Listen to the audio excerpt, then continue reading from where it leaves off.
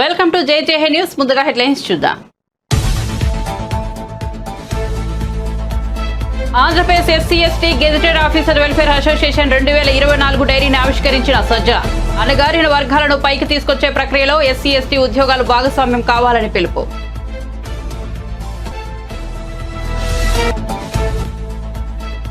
పవన్ కళ్యాణ్ సమక్షంలో పార్టీలో చేరిన జానీ మాస్టర్. కండువా కప్పి పార్టీలోకి ఆహ్వానించిన జనసేనాని. కొన్ని రోజులుగా ప్రజా సమస్యలపై పోరాడుతున్న కొరియోగ్రాఫర్.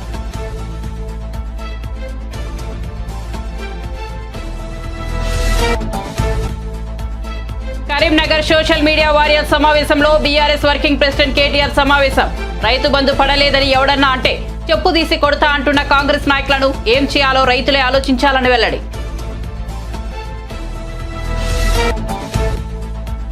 ఉప్పల్ స్టేడియంలో రేపటి నుండి జరగబోయే India England test cricket match. Test match కోసం పటిష్టమైన భద్రతా ఏర్పాట్లు చేశామన్న రాచకొండ సిపి సుధీర్ బాబు.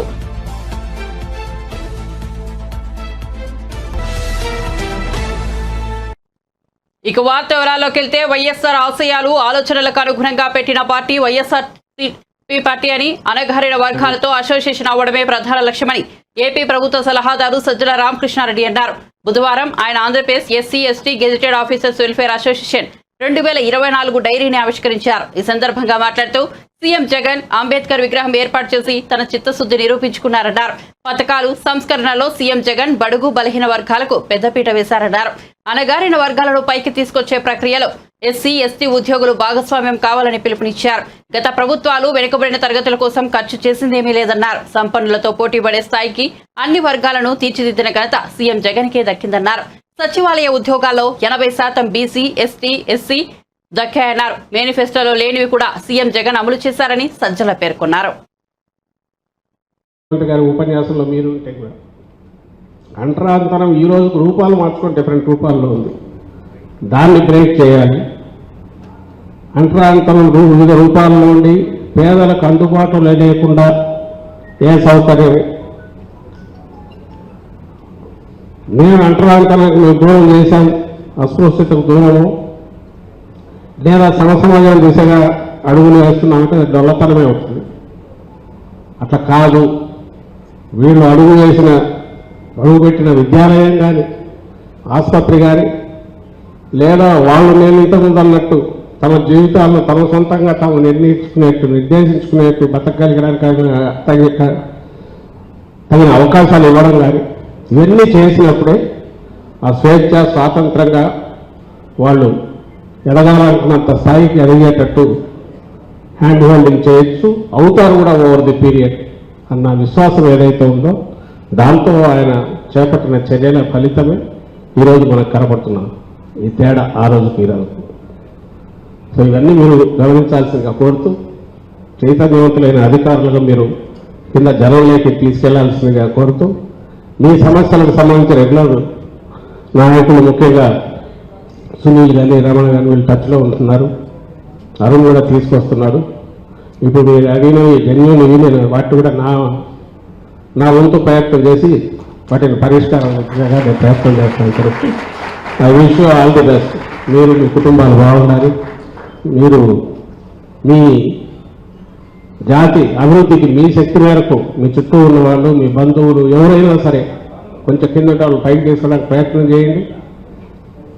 అలా చేయడం ద్వారా జగన్మోహన్ రెడ్డి గారు తలపెట్టిన యజ్ఞంలో మీరు కూడా పార్టిసిపేట్ నేను కోరుతూ సెలవు తీసుకుంటున్నాను. ఏపీలో పార్టీలు బీజేపీతో కుమ్మక్కై రాజకీయాలు చేస్తున్నాయని పీసీసీ అధ్యక్షురాలు షర్మిల ఆరోపించారు. విశాఖలో కాంగ్రెస్ కార్యకర్తల సమావేశంలో పాల్గొన్న ఆమె మరోసారి జగన్ పై విమర్శలు గుప్పించారు. ప్రతిపక్ష నేతగా హోదాపై పోరాటాలు చేసిన జగన్ అధికారంలోకి వచ్చాక రాష్ట్ర ప్రయోజనాలను బీజేపీ వద్ద తాకట్టు పెట్టారని విమర్శించారు. మాత్రం బీజేపీకి అసలు ఎవరికి కనిపించకుండానే తెర వెనకాలనే పొత్తులు పెట్టుకొని ఆంధ్ర రాష్ట్ర ప్రజలను మోసం చేసిందన్న మాట అవాస్తవం కాదు. ప్రతిపక్ష నాయకుడిగా జగనన్న గారు ఎన్నిసార్లు ప్రతిరోజు ప్రత్యేక హోదా గురించి మాట్లాడారు. ప్రతిపక్ష నాయకునిగా చంద్రబాబు గారు ముఖ్యమంత్రిగా ఉండగా ప్రతిపక్ష నాయకుడిగా జగనన్న గారు ఎన్నో నిరాహార దీక్షలు చేశారు స్పెషల్ స్టేటస్ కోసం. ఆ రోజు జగనన్న గారు అన్న మాట మూకుమ్మడిగా అందరు ఎంపీలు రాజీనామా చేద్దాం, అప్పుడు బీజేపీ పార్టీ ఎలా స్పెషల్ స్టేటస్ ఇవ్వదో చూద్దాం అన్నారు. ఆ తర్వాత ఎన్నికలు వస్తే స్పెషల్ స్టేటసే నినాదంగా తీసుకొని జగనన్న గారు మొత్తం ఎంపీలను నాకు ఇవ్వండి, నా ఎంపీలను గెలిపించండి, నా ప్రభుత్వాన్ని తీసుకురండి, కేంద్రంలో స్పెషల్ స్టేటస్ ఎలా రాదో చూద్దాము, కేంద్రం మెడలు వంచైనా సరే స్పెషల్ స్టేటస్ తీసుకొస్తామన్న మాట అవాస్తవమా? తీరా అధికారం లేకొచ్చినాక ఒక్కటంటే ఒక్కటైనా నిజమైన ఉద్యమం చేశాడా జగనన్న గారు? ఒక్కసారంటే ఒక్కసారైనా బీజేపీని నిలదీయడం కాదు కదా, కనీసం మాట వరుసకైనా స్పెషల్ స్టేటస్ ఏదండి అని ఒక్కసారైనా అడిగిన పాపాన పోలేదు. అసలు స్పెషల్ స్టేటస్ మనకు లేదు కదా, ఇప్పుడు స్పెషల్ ప్యాకేజీ కూడా లేదు. ఏమొచ్చింది విశాఖపట్నంకి? విశాఖపట్నం స్పెషల్ రైల్వే జోన్ చేస్తామన్నారు, ఇచ్చారా? ఉత్తరాంధ్రకు స్పెషల్ ప్యాకేజ్ అన్నారు, ఇచ్చారా? శుభ్రంగా ఉన్న ఉక్కు ఫ్యాక్టరీ, వైజాగ్ స్టీల్ ఫ్యాక్టరీ, అసలు వైజాగ్కే తలమానికం, అలాంటి దాన్ని తీసుకెళ్లి ఇప్పుడు సర్వనాశనం చేస్తున్నారు. ఇక్కడే ఉంది గన్నవరం పోర్టు. రాజశేఖర రెడ్డి గారు ఉన్నప్పుడు గన్నవరం పోర్టు ప్రభుత్వానికి కూడా ఒక స్టేక్ ఉండాలి అని చెప్పి రాజశేఖర రెడ్డి గారి ఆలోచన చేస్తే 30 ఏళ్ల తర్వాత మళ్ళీ గన్నవరం పోర్టు ప్రభుత్వం చేతుల్లోకి రావాలి అని రాజశేఖర రెడ్డి గారి దాన్ని అలా డిజైన్ చేస్తే ఇప్పటికే 15 సంవత్సరాలు అయిపోయింది. రాజశేఖర రెడ్డి గారు ఉంటుంటే ఆయన ప్లానే గనక అమలై ఉంటే ఇంకొక 15 ఏళ్లకు ఆ గన్నవరం పోర్టు మళ్ళీ ప్రభుత్వం చేతికి వచ్చేది. అలాంటిది ఆయన కొడుకై ఉండి జగన్మోహన్ రెడ్డి గారు ఏం చేశారు? కేవలం 600 కోట్ల రూపాయలకు అదానికి మొత్తానికి అంటగట్టేశారు కదా గన్నవరం పోర్టు.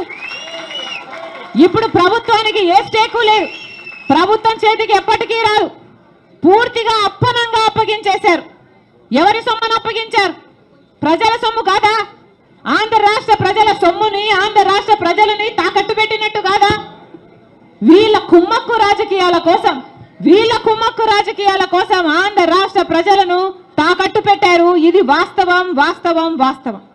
రాజశేఖర రెడ్డి గారు ముఖ్యమంత్రి ఉండగా 3 మిలియన్ టన్నులున్న ప్రాజెక్టుని రాజశేఖర రెడ్డి గారు 7.5 మిలియన్ టన్నుల ప్రాజెక్టుగా చేస్తే ఇప్పుడేమో ఇప్పుడున్న ప్రభుత్వాలు, రాష్ట్ర ప్రభుత్వాలు, కేంద్ర ప్రభుత్వాలు మొత్తం ప్రాజెక్టునే నిర్వీర్యం చేస్తున్నాయి. కనీసం లాభాలు రాకుండా, కనీసం ఆ ఉన్న వాళ్ళకి కనీసం ఈ భూములు మిగులుతాయని కానీ, కంపెనీ మిగులుతుందని కానీ భరోసా ఈరోజు లేదు అంటే అది కేంద్ర రాష్ట్ర ప్రభుత్వాల వైఫల్యాలు కాదా? కాంగ్రెస్ పార్టీ అధికారం లేకొచ్చిన రోజున రాహుల్ గాంధీ గారు మొట్టమొదటి వాగ్దానం, మొట్టమొదటి సంతకం ప్రత్యేక హోదా మీద ఫైల్ మీదనే పెడతానన్న. అందుకే మరొక్కసారి కాంగ్రెస్ పార్టీలో ఉన్న కార్యకర్తలందరూ, నాయకులందరూ ఈరోజు సైనికులుగా పనిచేయాల్సిన అవసరం ఉంది. అప్పుడు చూద్దాం ఎందుకు కాంగ్రెస్ పార్టీ అధికారంలోకి రాదో, అప్పుడు చూద్దాం ఎందుకు మనకు స్పెషల్ స్టేటస్ రాదు. ఈ ఎన్నికల కోసం ఇంతగా పని చేయడానికి, ఎంత దూరమైనా పని చేయడానికి నేను రెడీ. మీరు రాజ్యసభ ఎన్నికల కోసమే తన రాజీనామాను ఇప్పుడు ఆమోదించారని టీడీపీ నేత గంటా శ్రీనివాసరావు ఆరోపించారు. విశాఖలో ఆయన మాట్లాడారు. తనపై ఉన్న కేసుల వల్లే విశాఖ స్టీల్ ప్లాంట్ కోసం ప్రధానితో జగన్ మాట్లాడలేదన్నారు. ఆయన చిత్తశుద్ధితో ప్రయత్నిస్తే స్టీల్ ప్లాంట్ కు ఈ పరిస్థితి వచ్చేది కాదని చెప్పారు. తెలుగువాడికి ఒక ఆత్మగౌరవం, దీన్ని ఎట్టి పరిస్థితుల్లో కూడా ప్రైవేట్ చేయడానికి వీల్లేదు.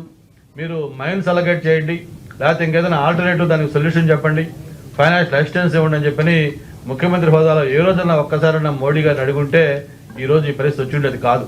ఎక్కడా దీంట్లో కండిషన్స్ కానీ లేకపోతే ఇంకోటి లేకుండా ఏదైతే వాళ్ళు కావాలన్నారో ఆ విధంగా వాళ్ళు కోరుకున్న ఫార్మెట్లో తెలుగు, ఇంగ్లీష్ అన్ని భాషల్లో కూడా వాళ్ళకి ఆ రాజీనామా పత్రాన్ని సమర్పించడం జరిగింది.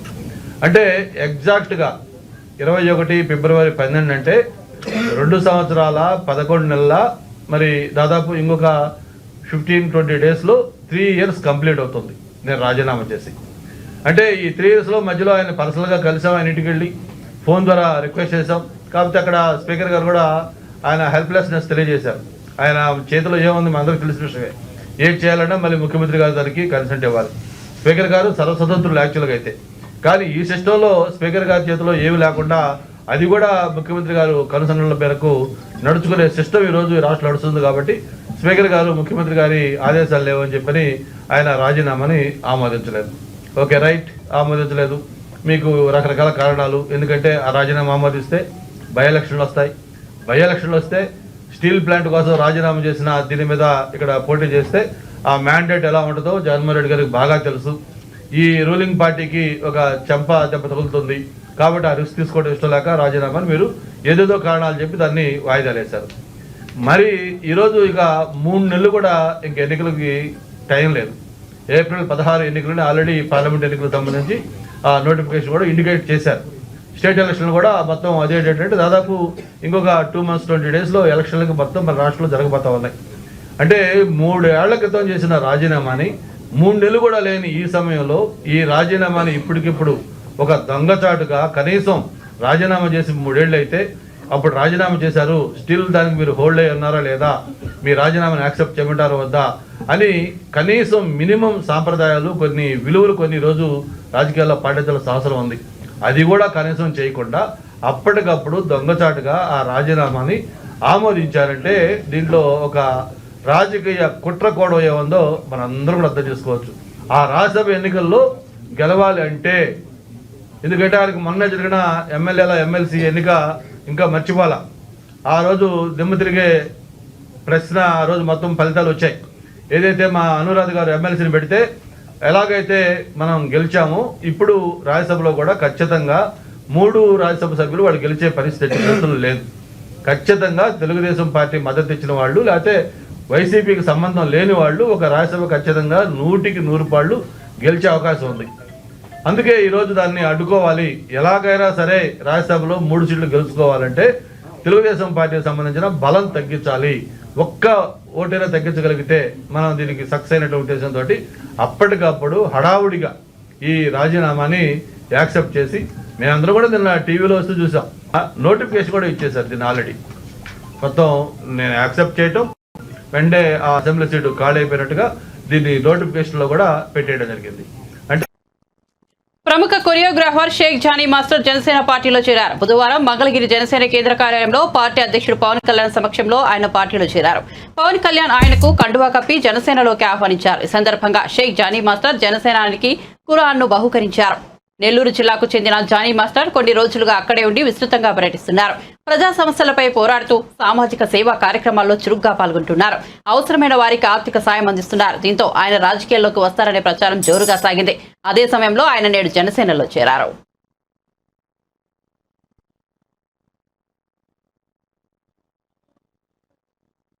సీఎం రేవంత్ రెడ్డిని కలవడంతో వస్తున్న వదంతులపై దుబ్బాక ఎమ్మెల్యే కొత్త ప్రభాకర్ రెడ్డి స్పందించారు. సీఎం రేవంత్ రెడ్డిని కలవడంలో తప్పేముంది అని ప్రశ్నించారు. తనపై హత్యాయత్నం జరిగిన తర్వాత కూడా తన గన్మెన్లను కుదించడం పట్ల వారి పనివేళలో మార్పుల పట్ల రాష్ట్ర ఇంటెలిజెన్స్ ఐజీని కలిశానని ఆయన తెలిపారు. అదే విషయమై ముఖ్యమంత్రిని కలిశానని వివరించారు. హైదరాబాద్ లోని తెలంగాణ భవన్లో నిర్వహించిన ప్రెస్ మీట్ లో Patancheru MLA Gudem Mahipal Reddy, Narsapur MLA Sunitha Lakshma Reddy, Zaheerabad MLA Manik రావుతో కలిసి కొత్త ప్రభాకర్ రెడ్డి మీడియాతో మాట్లాడారు. జనరల్ గా పోయినాము. మాకు కాన్స్టిట్యున్సీకి సంబంధించి నేను మొన్నటి వరకు 10 ఏళ్ళు ఎంపీగా పనిచేసిన. మాకు మొత్తం జిల్లాలో ఎక్కడెక్కడ ఏం సమస్యలు ఉన్నాయి ఆ సమస్యల మీద నలుగురం కలిసి పోయినాము. మాకు కూడా తెలుసు ఏ కాన్స్టిట్యున్సీలో ఏ ఇబ్బందులు ఉంటాయి. పోయి మరి మా కాన్స్టిట్యున్సీలో ఈ ఇబ్బందులు ఉన్నాయి. నాకు మొన్న దుబ్బాక ఎమ్మెల్యే నిలబడ్డా. మరి దుబ్బాకలో నాకు ఒకటి మరి రెవెన్యూ డివిజన్ కావాలి, కొన్ని రోడ్లకు డబ్బులు కావాలి. ఇవన్నీ ఇవ్వాలని చెప్పి మరి నేను గౌరవ ముఖ్యమంత్రి గారిని రేవంత్ రెడ్డి గారిని కలిస్తే దాన్ని పెద్ద రాజకీయం చేసి పార్టీలకు వెళ్ళి పోతున్నారు. ఏమో అవుతుంది, ఎందుకు పోతామా మేము పార్టీ, కాంగ్రెస్ పార్టీ అంటే అది ఎందుకేళ్ళ పార్టీ, గిల్లకెళ్ళి మేము గల్లకి ఎందుకు పోతాం. ఉద్యమంలో ఉన్నప్పటి నుంచి డే 1 నుంచి 2001 నుంచి మేము పోరాటం చేసి తెలంగాణ తెచ్చుకున్నాము. మా మెదక్ జిల్లా అంటే ఉద్యమాల గడ్డ. గిల్లకెళ్ళి మేము గల్లకి ఎందుకు పోయి కాంగ్రెస్ పార్టీలో పోతామా? ఇప్పుడు సమస్యల మీద పోవాలి కదా. మాకు ప్రజలు గెలిపించిర్రు, మన 54,000 మేడతో గెలిపించిర్రు. వారికి ఎన్నో సమస్యలు ఉన్నాయి.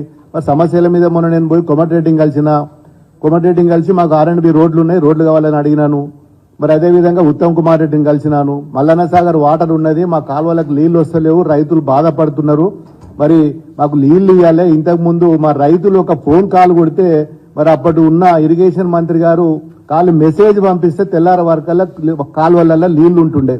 ఇలా 15 రోజులు అవుతుంది నేను ఇలా ఉత్తమ్ కుమార్ రెడ్డిని కలిసి. ఈ రోజు వరకు కూడా మరి నీళ్లు ఇవ్వలేకపోతుండే. ఈ రోజు వచ్చి మరి కొండా సురేఖ గారు వచ్చి ఇలా మా దగ్గర దుబ్బాకల ప్రోగ్రాం చేస్తున్నది. దానికి ప్రోగ్రామ్ కు ఎవరు చెప్పాలి, అధికారులు చెప్పాలి. ఇవాళ ఎవరు మా వాళ్ళ కాంగ్రెస్ పార్టీ ఇన్ఛార్జీలు ఇలా వాట్సాప్లలో పెట్టి మా మంత్రి గారు వస్తున్నారు అని చెప్పి వాళ్ళు ఇలా కింద ఎవరి పేర్లు ఉన్నాయి, పూజల హరికృష్ణ మన సిద్దిపేట నుంచి ఓడిపోయిన ఎమ్మెల్యే అయిన సిద్దిపేట నుంచి ఓడిపోయిన ఎమ్మెల్యే పేరు పెట్టి దీన్ని రిలీజ్ చేస్తారు. ఇంకోటి చెరుకు శ్రీనివాస్ రెడ్డి మన దుబ్బాక ఎలక్షన్ లో నా మీద డిపాజిట్ కోల్పోయిన ఎమ్మెల్యే వచ్చి ఆయన ఇవాళ ప్రోటోకాల్ మెయింటైన్ చేస్తున్నాడు. ఇలా ఆయన ప్రోగ్రామ్ కండక్ట్ చేస్తున్నాడు. ఇక పోతే మరి అధ్యక్షుడు మరి ఏదైనా ప్రోగ్రామ్ చేస్తే ఎమ్మెల్యే గారు సభాధ్యక్షులు ఉంటారు. ఇలా మా పేరేమున్నది ఇక్కడ కొండ సురేఖ తర్వాత 4 మంత్రులు కింద 4వ ప్లేసుల్లో 5వ ప్లేసుల్లో ఎమ్మెల్యే పేరు ఉన్నది. దీనికోసం మేము అడగడానికి పోతే ఏదో పెద్ద రాజకీయము కాంగ్రెస్ లో ఏదో మేము కలుస్తున్నాము మా పార్టీకి ఏమో లేనట్టు వాళ్ళది ఏదో పెద్ద దేశంలోనే పేద పార్టీ పేద ఉరగబెడుతుంటూ ఆ కాంగ్రెస్ పార్టీలో పోయి మేము గెలుస్తున్నాం అని చెప్పి ఇలా రకరకాల జిమ్మిక్కులు చేసి టీవీలల్లా పేపర్లల్లా సోషల్ మీడియాలల్లా ఇదో పెద్ద డ్రామా. మరి మాకు ఏం అవసరము మేము ఎందుకు పోతాము? మరి ముఖ్యమంత్రి అన్నప్పుడు మేము అందరి దగ్గర పోతాము, అందరు మంత్రుల దగ్గర పోయినాము.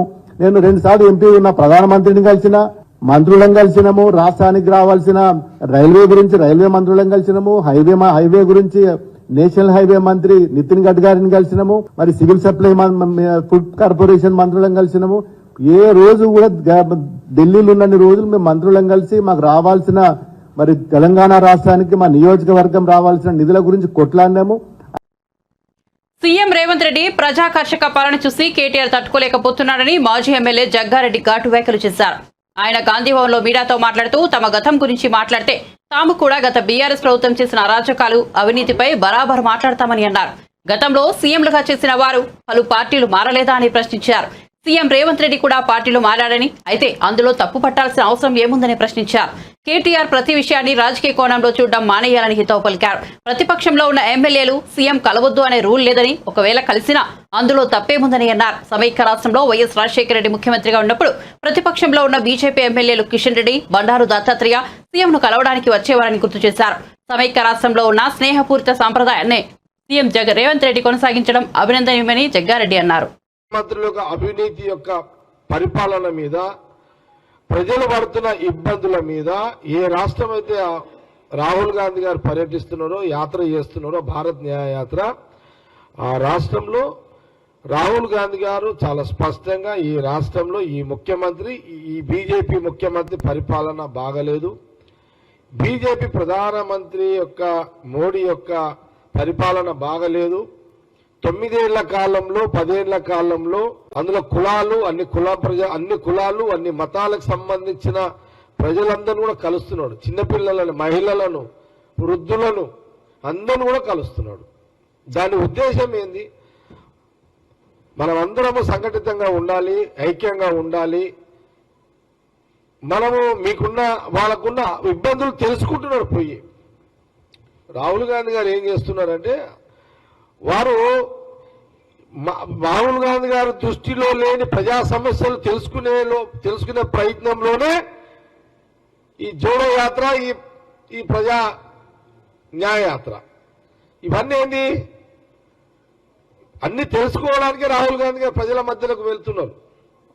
ఇప్పుడు మణిపూర్ ఉంది, మణిపూర్ ల్యాండ్ ఆర్డర్ ప్రాబ్లం కొన్ని నెలలకి మధ్యలో మనం చూస్తున్నాం. దాడులు, అక్కడ పోలీస్ ఫైటింగ్లు జరుగుతున్నాయి. అక్కడ ప్రభుత్వం, కేంద్ర ప్రభుత్వం, బీజేపీ ప్రభుత్వం పట్టించుకుంటలేదు. ఇట్లా ఒక మాట మళ్ళీ చెప్తున్నా, అపోజిషన్ పార్టీ ఎమ్మెల్యేలు ఏ గవర్నమెంట్ ముఖ్యమంత్రి ఉంటే కలవద్దు అని రూల్ లేదు. గతంలో సమైక్య రాష్ట్రంలో నేను ముఖ్య రాజశేఖర రెడ్డి గారు, రోషే గారు, ఎవరు కిరణ్ కుమార్ రెడ్డి గారి దగ్గర చూసినా కదా, బండారు దత్తాత్రేయ గారు, కిషన్ రెడ్డి గారు సీఎంలో కలవడానికి వస్తుండే అప్పుడు సమైక్య రాష్ట్రంలో. మరి ఆ రోజు కిషన్ రెడ్డి, దత్తాత్రేయ కాంగ్రెస్ లో కలిసినట్ట? మరి అట్లా కాదు కదా. అట్లా ముఖ్యమంత్రులు ఉన్నప్పుడు రూలింగ్ పార్టీ ఎమ్మెల్యేలు కలుస్తారు, అపోజిషన్ పార్టీ ఎమ్మెల్యేలు కలుస్తారు. సమైక్య రాష్ట్రంలో ఉన్న సాంప్రదాయాన్ని ఇప్పుడు సీఎం రేవంత్ రెడ్డి కొనసాగిస్తున్నాడు. మీ 9 ఏళ్ల కాలంలో అటు కాంగ్రెస్ కు మన టీఆర్ఎస్ కు అలవాట్లేదు, ఇప్పుడు బీజేపీకి సంబంధించిన అట్లాంటి గతంలో కిషన్ రెడ్డి చాలా సందర్భాల్లో కేసీఆర్ కలిసిండు.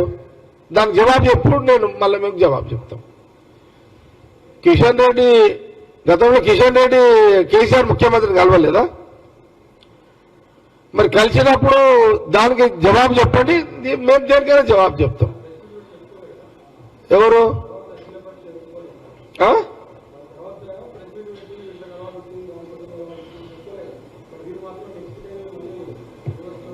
బతికిస్తున్నాం తెలంగాణలో. వాళ్ళు చంపిన తెలంగాణలో రాష్ట్ర విభజనలో వాళ్ళు చంపిన ప్రజాస్వామ్యాన్ని మళ్ళా కాంగ్రెస్ పార్టీ అధికారం వచ్చిన తర్వాత మళ్ళా ప్రజాస్వామ్యానికి ప్రాణం పోసినాము, ఊపిరి పోసినాము, మళ్ళా బతికిచ్చినాం మేము. సీఎం జగన్ వైనాట్ 175 వెనుక దొంగ ఓట్ల ద్వారా లబ్ధి పొందాలని కుట్ర దాగి ఉందని బీజేపీ రాష్ట్ర అధ్యక్షులు పురంధేశ్వరి ఆరోపించారు. విజయవాడలో గావుచలో అభియాన్ ఆమె ప్రారంభించారు. ఓటర్ల జాబితాలో వైఎస్ఆర్సీపీ ఎన్నో అక్రమాలకు పాల్పడుతోందన్నారు. అవకతవకలు వాళ్ళు చూసినట్లయితే మనం కంప్లైంట్ చేసాం, ఒక ఫిర్యాదు చేసాం మనం సెంట్రల్ ఎలక్షన్ కమిషన్కి. పెద్ద ఎత్తున ఓటర్ లిస్టులో ఉన్నటువంటి ఓటర్ల పేర్లు గల్లంతు చేయడం, లేనటువంటి వారి పేర్లు చేర్చడం, ఇవన్నీ కూడా రుజువులతో సహా ఏ విధంగా ఎపిక్ కార్డ్స్ ఏవైతే ఉంటాయో, ఓటర్ ఐడెంటిటీ కార్డ్ ఏదైతే ఉంటుందో దాన్ని కూడా దొంగచాటుగా వాటిని డౌన్లోడ్ చేసి వాటిలో ఆ ఫోటోలు మార్చేసి తిరుపతిలో అయితే 35,000 దొంగ ఓట్లు వేయించుకున్నటువంటి పరిస్థితి. కనుకనే పదే వైనాట్ 175 అని ఏదైతే నినాదం వైఎస్ఆర్సీపీ తీసుకుందో దీన్ని దృష్టిలో పెట్టుకునే ఈ రకంగా మనం దొంగ ఓట్లు వేయించుకోవచ్చు అన్న ధైర్యంతో వాళ్ళు ఆ నినాదం ఇచ్చారని చెప్పి మనం అందరం కూడా విశ్వసించవలసినటువంటి పరిస్థితి ఏర్పడింది. కానీ సెంట్రల్ ఎలక్షన్ కమిషనర్ గారికి ఎప్పుడైతే మనం ఫిర్యాదు చేశామో వెంటనే దాని మీద ఎంక్వైరీ చేయటం, ఒక ఐఏఎస్ ఆఫీసర్ని కూడా సస్పెండ్ చేయటం జరిగింది. అది భారతీయ జనతా పార్టీ విజయం. అది దాని రుజువులతో సహా మనం ఇవ్వగలిగాము సెంట్రల్ ఎలక్షన్ కమిషనర్కి. కనుకనే వారు చర్యలు కూడా తీసుకోగలిగారు. అయితే ఇప్పుడు వచ్చినటువంటి నిబంధనలో కొన్ని ఇబ్బందులు ఉన్నాయనేది భారతీయ జనతా పార్టీ పరిగణిస్తుంది. ఎందుకంటే 80 సంవత్సరాలు పైబడినటువంటి ఓటర్లు ఎవరైతే ఉన్నారో వారి ఇంటి దగ్గర ఉండే ఓటింగ్ చేయొచ్చు అనేటువంటి ఒక కొత్త నిబంధన ఇవాళ వచ్చింది మన నిన్న మొన్న చూసినట్లయితే. కానీ భారతీయ జనతా పార్టీ ప్రశ్నించేది ఏమిటంటే, ఎవరు వేయించుతారు ఈ ఓట్లు? వాలంటీర్లు వేయించుతారా? వాలంటీర్లు వేయించేటట్టయితే మనందరికీ తెలుసు అది ఏ రకంగా ఉంటుందో. అది దొంగ ఓటుగా మనం ఎట్లా పరిగణించవచ్చో మనం అందరికీ తెలియనటువంటి విషయం కాదు. కనుక దీనిని ఖచ్చితంగా Bharatiya Janata party chief election commissioner దృష్టికి తీసుకుని వెళ్ళి ఈ వాలంటీర్ మాధ్యమంగా జరిగేటట్టయితే దీన్ని మనం యాక్సెప్ట్ చేసేటువంటి పరిస్థితి లేదు అని చెప్పి ఖచ్చితంగా వారికి తెలియజేస్తాం. మనం దేశవ్యాప్తంగా చేస్తున్నాం కదా అంటే, దేశవ్యాప్తంగా వాలంటీర్ వ్యవస్థ లేదే, మన రాష్ట్రంలో ఉన్నది. ఓటర్ల బదిలీ, ఇప్పుడు కొంతమంది వైఎస్ఆర్సీపీ అభ్యర్థులు ఎవరైతే ఉన్నారో వారిని ఒక నియోజకవర్గం నుండి ఇంకో నియోజకవర్గానికి మార్చినటువంటి పరిస్థితి మన రాష్ట్రంలో చూస్తున్నాం. కానీ వారేం చేస్తున్నారు, వారికి చాలా దగ్గరైనటువంటి ఓటర్లు ఎవరైతే ఉన్నారో, అది 10,000 మంది కావచ్చు, 15,000 మంది కావచ్చు, వాళ్ళ ఓటు కూడా వారు మార్చుకోవచ్చు అనేటువంటి నిబంధన ఏదైతే ఉందో దాన్ని వినియోగించుకుని వారికి అనుకూలమైనటువంటి వారిని అందరినీ కూడా పాత నియోజకవర్గం నుండి ఇవాళ కొత్త నియోజకవర్గంలో వారిని అందరినీ కూడా నమోదు చేసేటువంటి ప్రక్రియ ఇవాళ వారు చేస్తున్నారు. దీన్ని కూడా భారతీయ జనతా పార్టీ ఆక్షేపిస్తుంది. ఎందుకంటే ఎప్పుడైతే ఆ రకంగా చేస్తారో మరి మనందరికీ తెలుసు ఫలితాలు ఎలా వస్తాయన్నది. కనుక దీన్ని కూడా భారతీయ జనతా పార్టీ ఆక్షేపిస్తుంది. ఇది కూడా సెంట్రల్ ఎలక్షన్ కమిషన్ దృష్టికి తీసుకువెళ్ళాలి అని చెప్పి నిర్ణయించడం జరిగింది. ఎన్నికలు చేరువవుతున్నటువంటి సందర్భంలో ఓటర్ తిరుమల శ్రీవారిని టీమిండియా మాజీ క్రికెటర్ కృష్ణమాచారి శ్రీకాంత్ దర్శించుకున్నారు. వీఐపీ ప్రారంభ దర్శన సమయంలో ఆయన సతీ సమేతంగా స్వామివారి సేవలో పాల్గొన్నారు. టీటీడీ ఆలయ అధికారులు ఆయనకు స్వాగతం పలికి దర్శన ఏర్పాట్లు చేశారు. దర్శనానంతరం స్వామివారి తీర్థ ప్రసాదాలను అందజేశారు.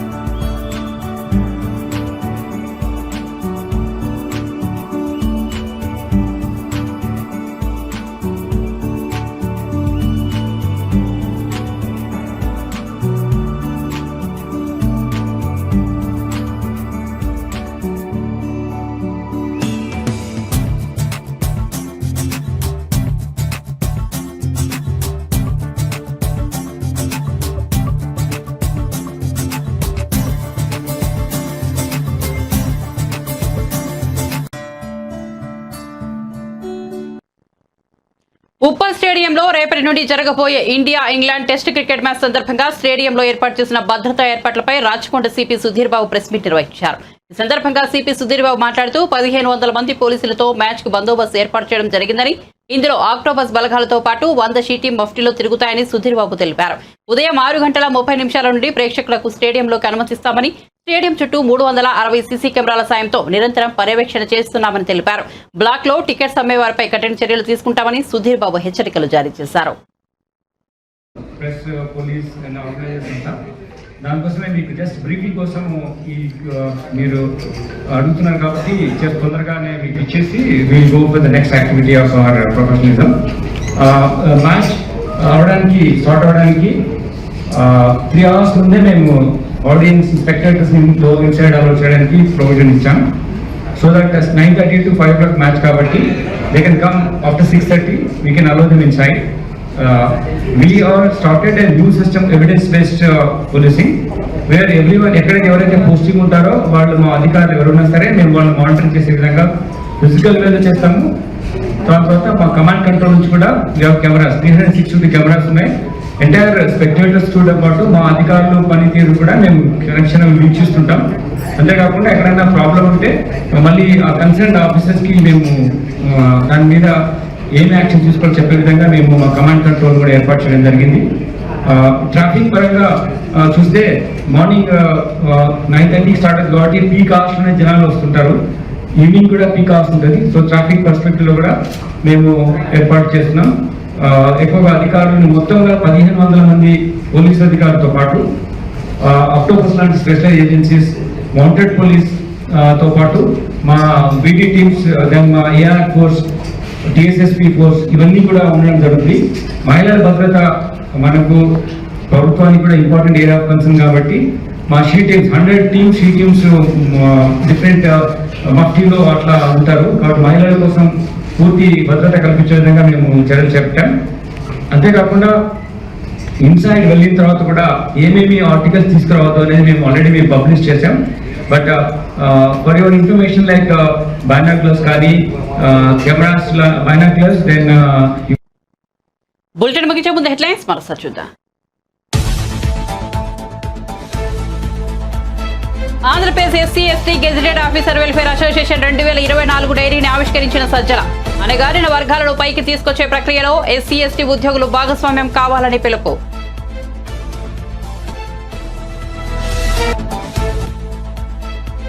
పవన్ కళ్యాణ్ సమక్షంలో పార్టీలో చేరిన జానీ మాస్టర్. కండువా కప్పి పార్టీలోకి ఆహ్వానించిన జనసేనాని. కొన్ని రోజులుగా ప్రజా సమస్యలపై పోరాడుతున్న కొరియోగ్రాఫర్.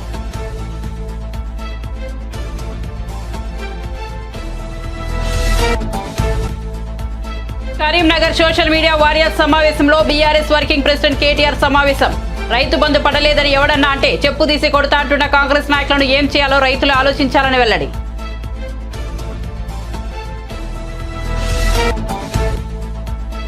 ఉప్పల్ స్టేడియంలో రేపటి నుండి జరగబోయే ఇండియా ఇంగ్లాండ్ టెస్ట్ మ్యాచ్ కోసం పటిష్టమైన భద్రతా ఏర్పాట్లు చేసిన రాచకొండ సిపి సుధీర్ బాబు.